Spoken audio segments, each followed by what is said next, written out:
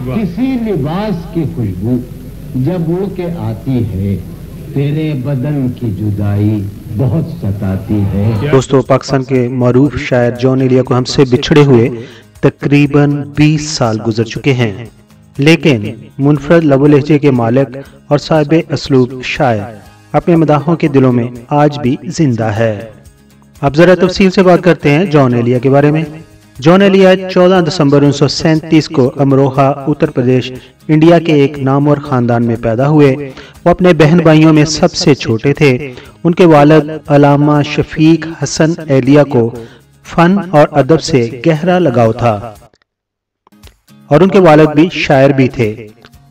उस इल्मी माहौल ने जॉन की तबीयत की तश्कील भी उन्हीं खतूत पर की थी। उन्होंने अपना पहला उर्दू शेर महज 8 साल की उम्र में लिखा था। वो अपने ही शेरी मजमुआ शायद के पेशे लफ्ज में लिखते हैं कि मेरी उम्र का 8वां साल मेरी जिंदगी का सबसे ज्यादा अहम और माजरा परवर साल था। उस साल मेरी जिंदगी में 2 सबसे अहम हादसे पेश आए। पहला हादसा ये था कि मैं अपनी नरगिसी अना की पहली शिकस्त से दो चार हुआ, यानी एक कताला लड़की की मोहब्बत में गिरफ्तार हुआ। दूसरा हादसा ये था कि मैंने अपना पहला शेर कहा था और उनका शेर था, चाह में उसकी तमाचे खाए, चाह में उसकी तमाचे खाए, देख लो सुर्खी मेरे रुखसार की। जॉन अपने लड़कपन में बहुत हसास थे। उन दिनों उनकी कुल तवज्जा का मरकज एक ख्याली महबूब था। उनके गुस्से का निशाना मुतहदा हिंदुस्तान के अंग्रेज काबज भी थे। वो इब्तदाई मुस्लिम दौर की तारीख ड्रामाई सूरत में दिखाते थे, जिस वजह से उनके इस्लामी तरीक के इल्म के बहुत से मदाह थे। जॉन के मुताबिक उनकी इब्तदाई शायरी स्टेज ड्रामे की मकालमाती फितरत का तासर थी। अपनी जवानी में जॉन एलिया कम्युनिस्ट ख्याल रखने की वजह से इंडिया की तकसीम के सख्त मुखालिफ थे, लेकिन बाद में उन्होंने इसे एक समझौता के तौर पर कबूल कर लिया। जॉन एलिया ने 1957 में इंडिया से पाकिस्तान हिजरत की और कराची को अपना मस्कन बनाया। कराची आने के बाद वो अपनी मुनफरद शायरी की वजह से कराची के अदबी हलकों में मकबूल हो गए थे और उनके बेशुमार उस वक्त मदाह बन गए थे। जॉन एक अनथक मुसन्निफ थे, लेकिन उन्हें अपना तहरीरी काम शाया करवाने पर कभी भी कोई राजी ना कर सका था। उनका पहला शेरी मजमुआ जिसका नाम था शायद, उस वक्त शाया हुआ जब उनकी उम्र 60 साल की थी।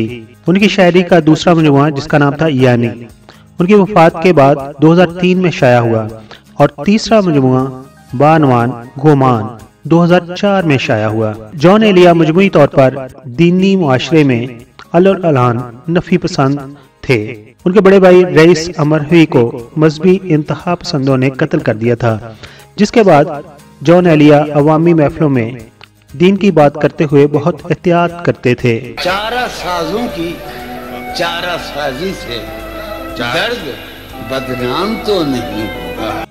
हाँ, दवा दो मगर ये बतला दो मुझे आराम तो नहीं होगा। फलसफा, इस्लामी तरीक, इस्लामी सूफी रवायात, इस्लामी साइंस, मगरबी अदब, वाक़या करबला पर जॉन का इल्म किसी इंसाइक्लोपीडिया की तरह वसी था। उस इल्म का निचोड़ उन्होंने अपनी शायरी में दाखिल किया ताकि खुद को अपने हम असरों से नुमाया कर सकें। आखिर पर बात करते हैं जॉन एलिया की अज़दवाजी जिंदगी की। जॉन एक अदबी रसाले इंशा से बतौर मदीर वाबस्ता रहे, जहां उनकी मुलाकात उर्दू की एक और अनथक मुसन्निफा जाहिदा हिना, जिन्हें कौन नहीं जानता, उनसे हुई, जिनसे बाद में उन्होंने शादी कर ली। जाहिदा हिना भी अपने अंदाज की एक तरक्की पसंद दानश्वर हैं और अब भी वो 2 रोजनामों यानी जंग और एक्सप्रेस में हालात हाजरा और माशरती मौज़ूआत पर लिखती हैं।